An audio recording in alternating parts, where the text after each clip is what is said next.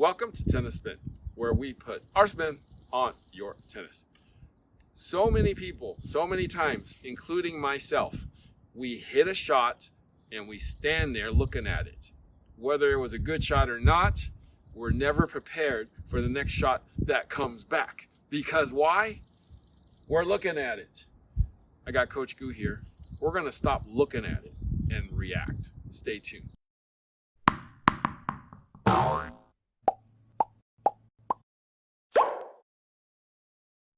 Practice anytime, day or night, 24/7, 365 with Fast Track Tennis. Get your Fast Track Tennis today and get 10% off with Tennis Spin.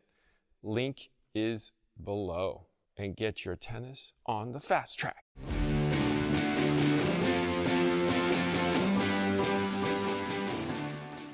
All right, so Coach Goo was just like, damn, you're so intense. Yeah, man, because I'm one of those people, and I'm sure a lot of you are too.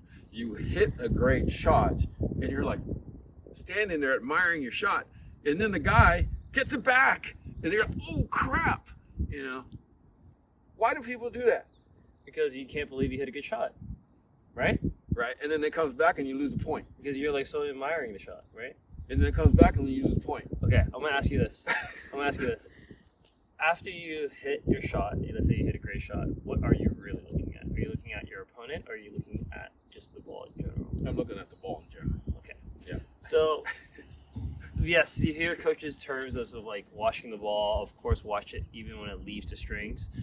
That is true until you play a live point. When you start watching the ball, there is a sense now of the opponent. So now you have your opponent on the other side. You have to watch what your opponent does when you hit a good ball, right? Sometimes we watch the ball too intensely and we sometimes admire it. We're like, oh, okay, we're off, like, let's say we're off the court a little bit and we're like, oh, okay, we're watching. And all of a sudden, like, wait, that ball's coming back. And you're like, holy crap, what's happening? Yeah, a lot. Right? So you almost have to get engaged or learn how to watch, be aware of where your ball is going. So after it leaves and you're watching where the ball is actually coming over the net, you're going to start watching your opponent. Your mind actually starts clicking away for the ball just for a second to be knowledgeable where their opponent's be, right?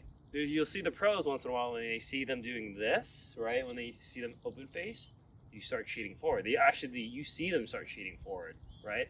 So that's where the advanced part of it begins, when you start realizing what your opponent's doing on the other end. But to train that, we need to learn about positioning, where you need to position yourself after a shot that is maybe out of your reach or you're a little bit off the court, and then how to recover back afterwards, right? So most of us understand when we're on the run, we're out on the run and we hit a great shot and we're just standing there for a few seconds. Instead of that, when you finish, you usually will recover with one step kind of towards the middle. Not completely in the middle.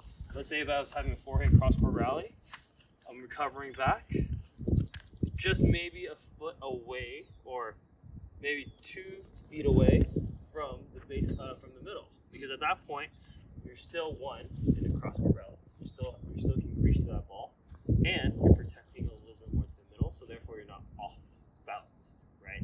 So what happens is, let's say you're out here, and you're like hitting it, and then you're staring at it. What happens now? They have a full court open, right? Whole court's open, and you're kind of stuck.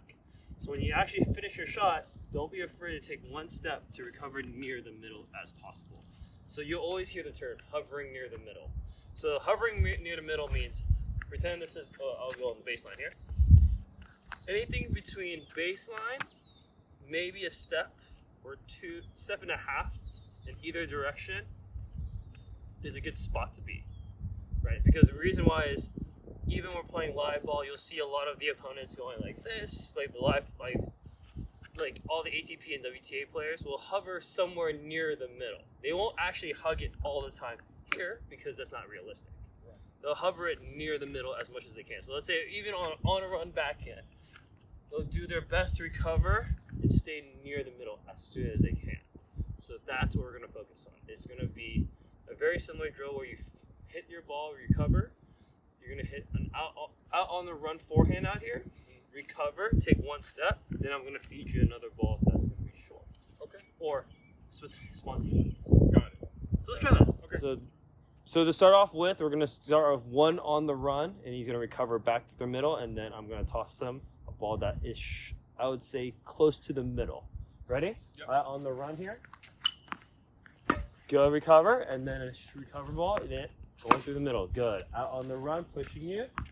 Finish, recover back. Ready? Back over here. Good. Back to that middle. Yes. I want you to get used to going back to that middle. Good. You got it. Go. Good. Good. Last two. Go, go, go. Nice. Recover back with that crossover. Good job. Good. So see how you're crossing over. It's not bad, right? But you see how we're getting used to crossing over, right? We got to, especially when you finish that shot, you cross over and you're still watching your opponent. And see how like you're not out of position anymore. You're kind of like searching. So let's put it this way. I'm going to throw you a ball that's still out on the run, but the second ball can go anywhere I want. Okay. Okay, you ready? So trust in your crossover. Here we go. Out on the run. Recover. Get up to it. Good. Out on the run, the forehand. Go, go, go. Good. Recover. That's it. Towards it. Good. Right idea. Ready? Out on the run. Push. Go, go, go. Good. Here we go. Ready? Good. Towards it. Good. Recover. Go. Out on the run. Good. Recover. Get there. Nice. Good job. Good job. Breathe it out. So, do you see how important that crossover is? Oh, for sure. So what happens usually we stare and then we kind of lost of what we're gonna do. So instead of being lost of what we're gonna do, you have an idea like, all right, I gotta finish my forehand and then recover back as best as I can through the middle. You see how like you didn't need to necessarily go all the way back, like you're 2 feet between the middle line here. Right. You can still get away with hitting that forehand here, cross over, and let's say if you need a backhand, it's actually easier to push off to the other end. Correct. But it's harder to push back to the same side. So when you have a chance here, let's say if I threw that ball to you, so forehand out on the run, short ball on the forehand side, see how now I'm not losing ground. I'm actually still reacting. Right. Well, the other thing is, if after I strike it, if I'm just in my mind 1, 2 back, at least I'm on my toes. You're on your toes, and therefore, see how like when you finish your swing, right? You notice like you can actually kind of push off and get a little head start. Right. So it helps you stay balanced and actually continue your momentum, right, without any sacrifices. What happens is if you kind of like jolt, you're like, oh, I got there. To see how like now I have no. Now I'm stuck. You're stuck, and that's how you get to the admiring stage. Versus like, I hit. Let me get my right foot. After I finish, I'm gonna push my outside foot to come back into the court. Right. So it's a mindset that's half the battle, because correct. You go bam, and I'm like, oh, winner. No. That's so it's basically a mindset, but also it's more about just like the discipline behind it, right? Also, because you have to realize that shot there doesn't mean you guarantee to win you the point. So you just have to buy into pushing your foot back with that crossover. As you can see, like when you pushed off, you didn't have to use necessarily a lot of force to push off. Because I was still in flow. You're still in flow because you're hitting it until a point where felt your right foot over here, your outside foot, and then you can naturally push back. Right. Because it's a natural instinct to help us move to our target. Right. So I guess the best assumption we should make is the ball's going to come back. Correct. Until it doesn't. The mindset is that.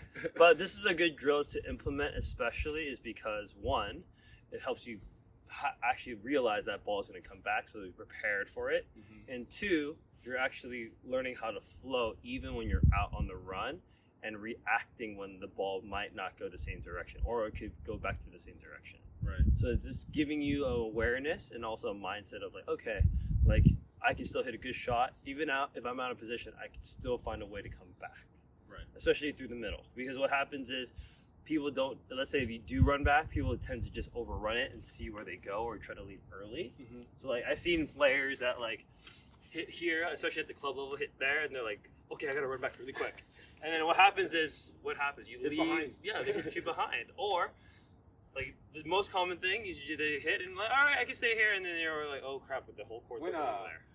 Right? So it's actually building the habit of, okay, if I'm out of position, still hit a good quality ball, and then push back and try to hover, try to get back to what I like to call the oval. of the middle. Right. If you can get into the oval of the middle, you're gonna be in good hands. Pretty much. Got it. Okay, thank you, All right. Coach Goo. So Of this course. is a great drill for everybody to try. You can just hand toss this drill. Again, it's a mindset, and then it's your mind talking to your feet, and talking to your eyes, talking to your brain that says the ball might come back. Or better yet, you should tell yourself the ball will come back until it doesn't. All right? Coach Goo, thank you so much for showing us the way. Of man, course. as always. Oh, well, I try. One of the most fleetest feet guys I've ever seen. Definitely not. Coach Goo, where can we find you? You can find me at AG.Tennis. I'll be posting content there as well. All right. Guys, thank you for watching Tennis Spin, where we put our spin on your tennis.